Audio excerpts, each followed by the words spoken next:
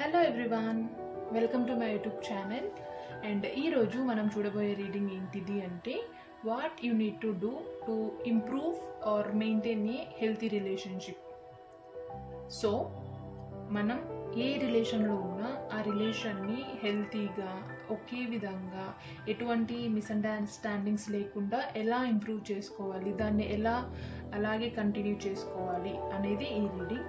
At the same time మనము ఆ రిలేషన్షిప్లో మీరు ఏదైతే అనుకుంటున్నారో, ఎవరి కోసం అయితే చూస్తున్నారో, ఆ రిలేషన్షిప్లో వచ్చే ఛాలెంజెస్ కూడా మనం చూద్దాం. సో మీకు అర్థమవుతుంది, దాన్ని బేస్ చేసుకొని మీరు ఎలా దాన్ని ఓవర్కమ్ చేయాలో కూడా తెలుసుకుందాం.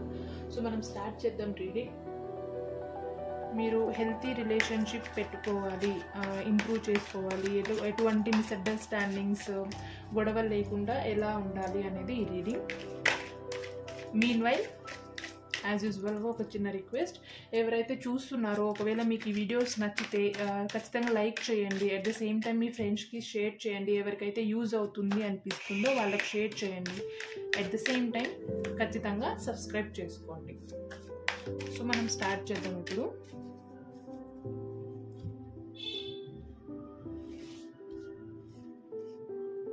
హెల్తీ రిలేషన్షిప్ కోసం మనం పిక్ చేస్తున్నాం cards.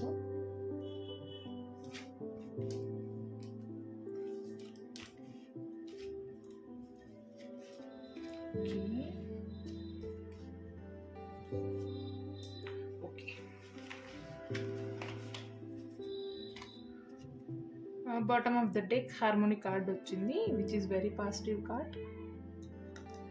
Okay, sorry. Postponement, innocence, projection card and moment to moment. Okay, so ఈ 4 కార్డ్స్లో 4కి 4 పాజిటివ్ కార్డ్సే, బట్ ఈ ప్రొజెక్షన్ కార్డ్లోనే కొంచెం మనము కేర్ఫుల్గా అబ్జర్వ్ చేయాలి రిలేషన్షిప్ కోసం. సో ఫస్ట్ కార్డ్ పోస్ట్పోన్మెంట్ వచ్చింది. సో ఇది స్పెసిఫిక్గా రిలేషన్షిప్ గురించి కాబట్టి మీ రిలేషన్షిప్లో ఏదైనా కావండి, ఫ్రెండ్స్ అయినా, లవర్స్ అయినా, లైక్ బ్రదర్ అండ్ సిస్టర్ అయినా, ఎవరైనా కానీ మీ రిలేషన్షిప్లో ఏదైనా విషయం, చిన్నదా పెద్దదా ఏదైనా కానీ దాన్ని వాంటెడ్గా పోస్ట్పోన్ చెయ్యకండి.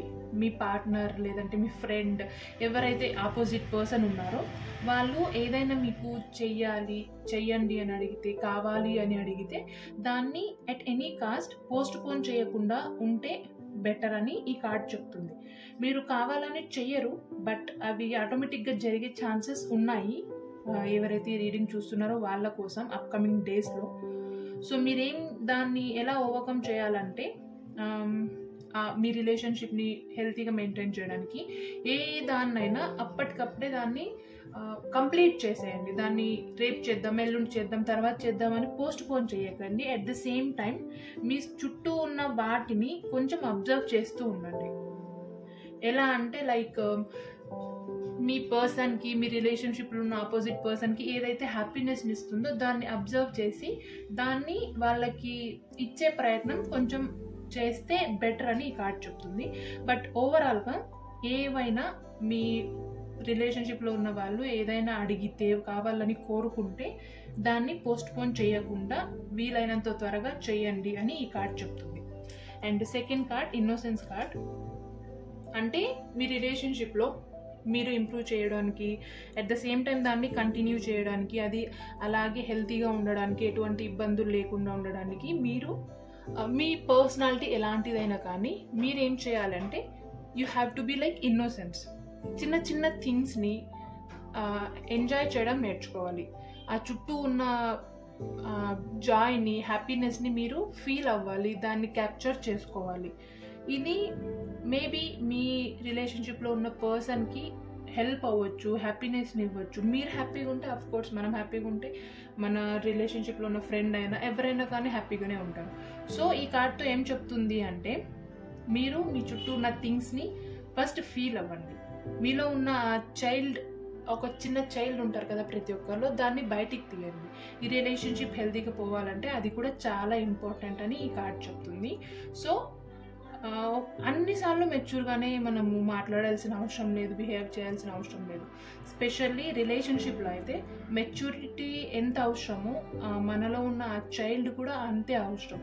అప్పుడే గొడవలు ఉన్నా ఏమున్నా అవి ఆ చైల్డ్, మనలో ఉన్న చైల్డ్ వల్ల చాలా వరకు అవి పోయే ఛాన్సెస్ ఎక్కువ ఉంటాయి. సో ఈ కార్డ్తో ఏం చెప్తుంది అంటే, మీలో ఉన్న చైల్డ్ని బయటికి తీసి, చిన్నపిల్లలు ఎలా అయితే అన్ని విషయాలకి ఆనందపడతారో మీ రిలేషన్షిప్లో కూడా, మీ చుట్టూ ఉన్న వాటిలో కూడా చిన్నవైనా పెద్దవైనా దాన్ని ఫీల్ అవ్వండి, దాన్ని క్యాప్చర్ చేసుకోండి. అట్ ద సేమ్ టైం ఆ హ్యాపీనెస్ని మీ పర్సన్తో కూడా షేర్ చేసుకోండి అని ఈ కార్డ్ చెప్తుంది. అండ్ ప్రొజెక్షన్ కార్డ్ ఏం చెప్తుందంటే, మీరు ఎవరైతే మీ పర్సన్లో చూస్తున్నారు, ఐ మీన్ క్వాలిటీస్ కానీ లేదంటే నెగిటివ్స్ పాజిటివ్స్ ఏదైతే చూస్తున్నారో మీకు అవి అంత క్లారిటీ లేవు. ఇప్పుడు ప్రెజెంట్ క్లారిటీ లేవు ఇన్ ద సెన్స్, మీకు తెలుసు ఓకే తనలో ఇది పాజిటివ్ ఇది నెగిటివ్ అని. బట్ కొన్నిసార్లు ఏమనిపిస్తుందంటే, ఈరోజు పాజిటివ్ అనిపించిన ఒక థింగ్ రేపు ఏదైనా సిచ్యువేషన్లో మాట్లాడితే అది నెగిటివ్గా అనిపించవచ్చు. ఈరోజు నెగిటివ్గా అనిపించింది, రేపు మాట్లాడడం వల్ల పాజిటివ్ అయిపోవచ్చు. సో అట్ దిస్ మూమెంట్, ఇప్పుడు మీరు ఎప్పుడైతే ఈ వీడియో చూస్తున్నారో అట్ దిస్ మూమెంట్ మీకు వాళ్ళ మీద ఉన్న థాట్స్ అంత క్లారిటీగా లేవు.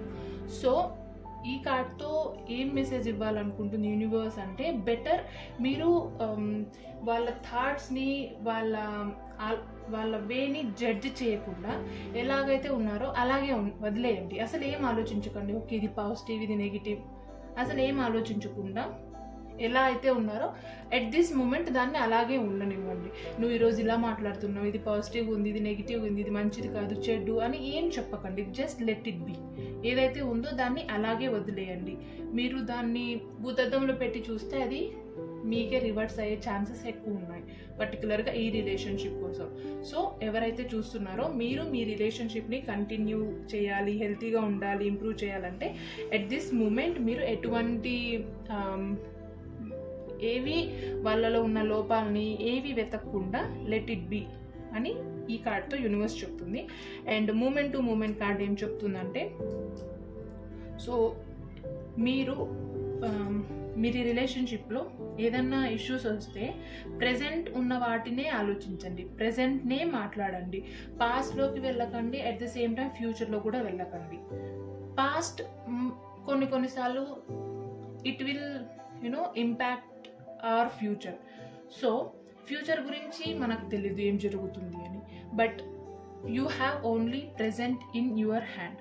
సో ఈ కార్డ్తో ఏం చెప్తుంది, మీ రిలేషన్షిప్ని ఇంప్రూవ్ చేసుకోవడానికంటే మీ పర్సన్తో మాట్లాడేటప్పుడు, మీ రిలేషన్షిప్లో మీరు టైం స్పెండ్ చేస్తున్నప్పుడు అట్ ఎనీ కాస్ట్ ఏదేమైనప్పటికీ పాస్ట్ని అస్సలు ప్రెజెంట్ మూమెంట్లో తీసుకురాకండి. At the same time present moment నుంచి ఫ్యూచర్లోకి వెళ్ళకండి. ఇప్పుడు ఏం కావాలి, ఏం మాట్లాడితే కొంచెం సేపు హ్యాపీగా ఉంటారు, ఎలా టైం స్పెండ్ చేయాలి అనేది మాత్రమే ఆలోచించండి అని ఈ కార్డ్ చెప్తుంది. సో ఐ హోప్ మీకు అర్థమై ఉంటుంది అనుకుంటున్నాను మీ రిలేషన్షిప్ హెల్తీగా ఉండడానికి ఏం చేయాలి అని. సో ఇప్పుడు మనం చూద్దాం ఈ రిలేషన్షిప్లో మేజర్గా వచ్చే ఛాలెంజెస్ ఏంటివి, దాన్ని ఎలా ఓవర్కమ్ చేయాలని కాదు, మేజర్గా వచ్చే ఛాలెంజెస్ ఏంటివి. సో మీకు ఆ ఛాలెంజెస్ తెలిస్తే దాన్ని ఎలా ఓవర్కమ్ చేయాలి అనేది ఒక ఐడియా వస్తుంది. కాబట్టి మనం చూద్దాం మేజర్ ఛాలెంజెస్ ఏంటివి రిలేషన్షిప్లో వచ్చేవి అనేసి. So first card, first challenge, second one,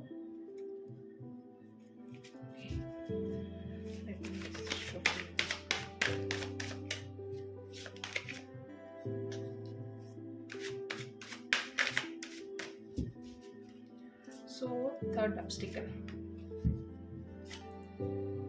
మళ్ళీ హార్మోనియం వచ్చింది బాటమ్ ఆఫ్ ద డెక్.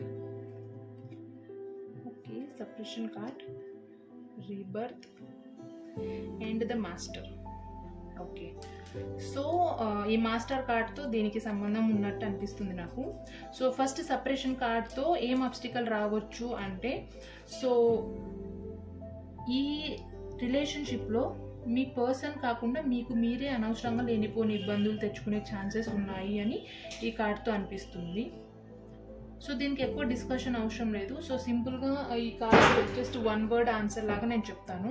ఏంటిది అంటే, ఈ సపరేషన్ కార్డ్తో ఏం చెప్తుంది అంటే మీకు ఇష్యూస్ ఏమన్నా ఒకవేళ వస్తే అవి మోస్ట్లీ మీ వల్లే రావచ్చు, మీ మాటల వల్లే రావచ్చు అని ఈ కార్డ్ చెప్తుంది. At the same time rebirth కార్డ్తో ఏం చెప్తుంది యూనివర్స్ అంటే మీరు ఏదైనా స్టెప్ తీసుకునేటప్పుడు ఆ స్టెప్ని లైక్ ఇది కొత్త స్టెప్ అని ఆలోచించకుండా లైక్ మీరు ఆ స్టెప్ని తీసుకునేటప్పుడు కూడా ఇది పాస్ట్లో జరిగింది, దీని ఫ్యూచర్ అవుట్కమ్ ఎలా ఉంటుంది అని ఆలోచించకుండా ఏదైనా కానివ్వండి జస్ట్ ట్రస్ట్ చేసి యూనివర్స్ని ఇది మీకు మళ్ళీ సెకండ్ ఛాన్స్ అనుకొని మీరు స్టెప్ తీసుకోండి.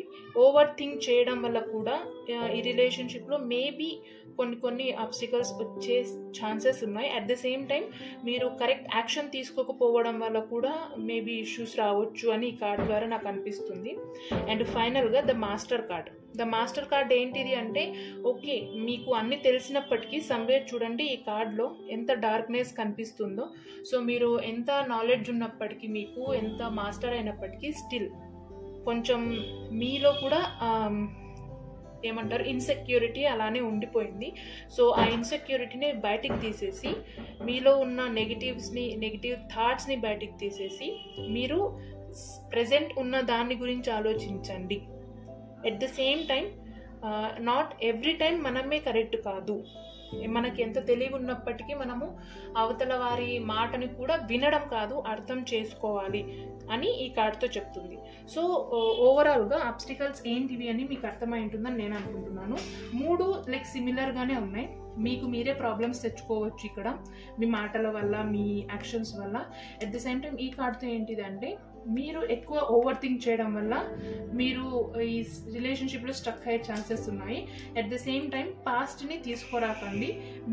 మీకు ఎంత నాలెడ్జ్ ఉన్నప్పటికీ మీ మాటనే కాకుండా మీ రిలేషన్షిప్లో ఉన్న పర్సన్ మాట కూడా వినండి అని ఈ కార్డ్ చెప్తుంది. ఓవరాల్గా ఇది మీ రిలేషన్షిప్కి తగ్గ challenges and obstacles. At the same time ఇవి మీరు ఇంప్రూవ్ చేసుకోవాల్సిన థింగ్స్ కూడా పోస్ట్పోన్ చేయకండి ఏ థింగ్స్ని. అట్ ద సేమ్ టైం మీలో ఉన్న చైల్డ్ని బయటికి తీసి హ్యాపీని ఫీల్ అవ్వండి. అండ్ మీ పర్సన్ని జడ్జ్ చేయాలని కోరుకోకండి. అట్ ద సేమ్ టైం పాస్ట్లోకి వెళ్ళకండి, ఫ్యూచర్లోకి వెళ్ళకండి, ప్రెజెంట్ని ఎంజాయ్ చేయండి అని కార్డ్ చెప్తుంది. సో దీనివల్ల మీ రిలేషన్షిప్ హెల్తీగా ఉండొచ్చు. At the same time improvement అవ్వచ్చు. ఇంప్రూవ్మెంట్ అవ్వడం పక్కన పెడితే అన్హెల్తీగా కాకుండా అట్లీస్ట్ హెల్తీగా ఉంటుంది అనేది ఈ రీడింగ్. సో నాకు ఏమనిపిస్తుందంటే అట్లీస్ట్ మీకు ఇది కొంచెమన్నా రెజొనేట్ అయి ఉంటుంది. అట్లీస్ట్ ఒక 2-3 మెసేజెస్ అన్నా మీకు యూజ్ అవుతాయని అనిపిస్తుంది. ఒకవేళ మీకు ఈ రీడింగ్ రెజొనేట్ అయితే ప్లీజ్ లైక్ చేయండి, షేర్ చేయండి. అట్ ద సేమ్ టైం మీ ఒపీనియన్ని నాకు కామెంట్ రూపంలో చెప్పండి. Thank you so much for watching my videos.